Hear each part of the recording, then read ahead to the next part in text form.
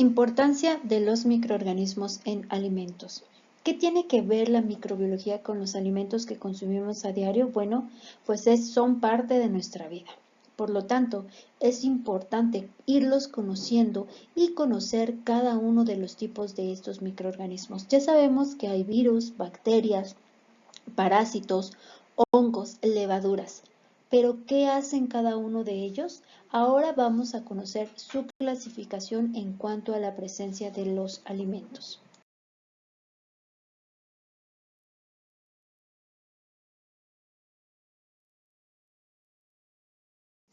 Como sabemos, la microbiología de los alimentos, su estudio es relevante en el sector industrial, desde la transformación de los alimentos, el tener las buenas prácticas higiénicas en donde se va a obtener ese producto que el consumidor va a elegir, así como también vigilar cada una de sus alteraciones durante el proceso. Por lo tanto, estos alimentos, si no se tiene el especial cuidado, pues llegan a provocar lo que son las llamadas ETAs, enfermedades transmitidas por alimentos, y que sabemos que estas pueden llegar a provocar enfermedades como intoxicaciones e infecciones alimentarias o hasta cierto punto ciertos brotes y pandemias.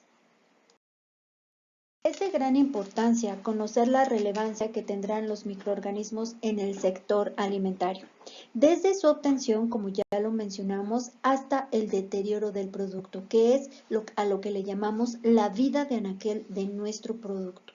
Por lo tanto, es necesario profundizar en las amenazas que pueden generar hacia los consumidores por alimentos en mal estado, deteriorados o adulterados, a estos alimentos que les vamos a llamar contaminados, que pueden desencadenar ciertas enfermedades graves hacia el consumidor.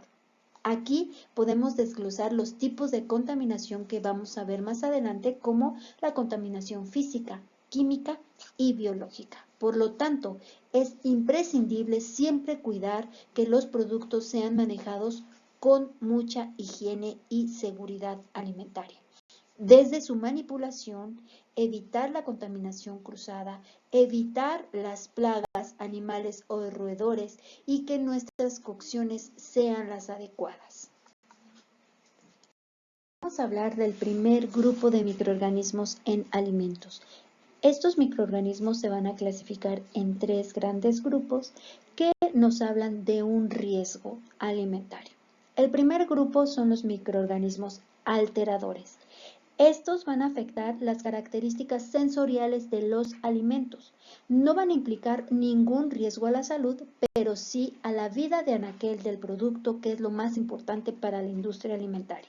Esa vida de anaquel que quiere que llegue al consumidor final fresco, jugoso y con las características nutricionales intactas.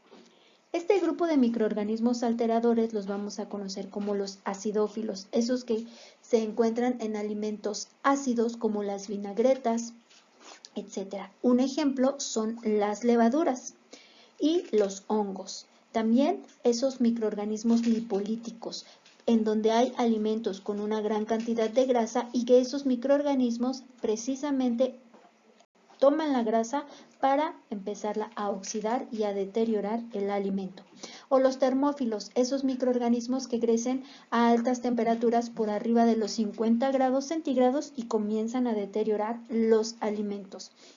Otro grupo que tenemos son los halófilos, esos microorganismos que crecen en grandes concentraciones de sales, como por ejemplo los alimentos o las carnes que se encuentran en salación. También crecen este tipo de microorganismos, no están exentos. También otro tipo o un ejemplo de microorganismos alteradores son los psicrófilos, esos microorganismos que crecen a temperaturas de refrigeración por debajo de los 0 grados centígrados. Les daba el ejemplo de los microorganismos que crecen en el jamón o en las salchichas o en ocasiones los frijoles o las tortillas. En los frijoles o en las tortillas son ciertos tipos de mohos que podemos llegar a sacar del frigorífico y que ya se encuentra un crecimiento. En las tortillas es más vistoso porque llega a ser de un color más llamativo como rosa, amarillo o blanco.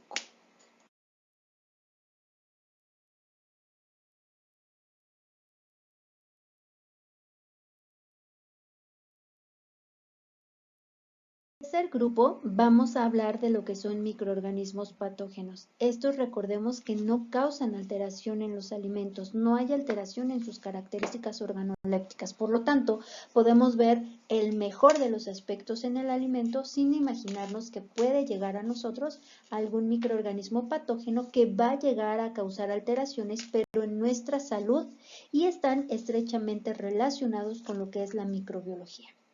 Por lo tanto, aquí con estos microorganismos patógenos tenemos que investigar esas cualidades nutritivas y organolépticas de lo que son los alimentos. Como lo estamos aprendiendo, sabemos que es muy bueno conocer el origen de los alimentos.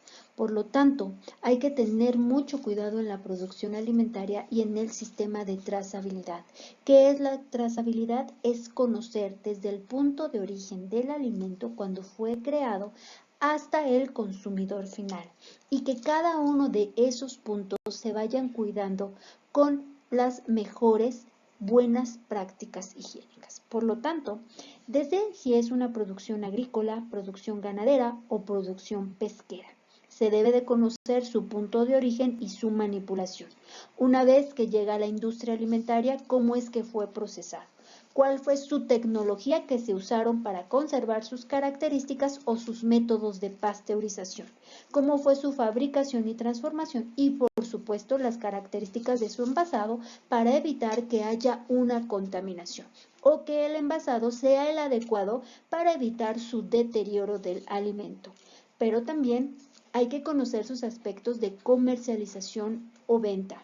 ¿Por qué? Porque en su distribución el personal siempre debe de estar capacitado para evitar su contaminación, su manipulación y su transporte y las buenas condiciones del almacenamiento para que no haya ningún deterioro o tipo de contaminación microbiológica, física o química. Y por último, que llegue al consumidor con las mejores características, no solo sensoriales, sino microbiológicas y nutricionales, para que en el hogar podamos disfrutar de un alimento de calidad. También debemos de cuidar esto y generar ciertas características en los alimentos que nos ayuden a determinar su calidad.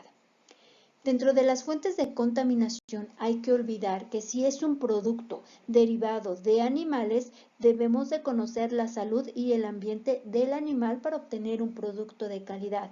En el cultivo de las hortalizas, saber su origen y cuidar su proceso de cultivo, así como también el transporte de productos cárnicos, el equipo y utensilio que se utiliza en cada procedimiento y manipulación del alimento.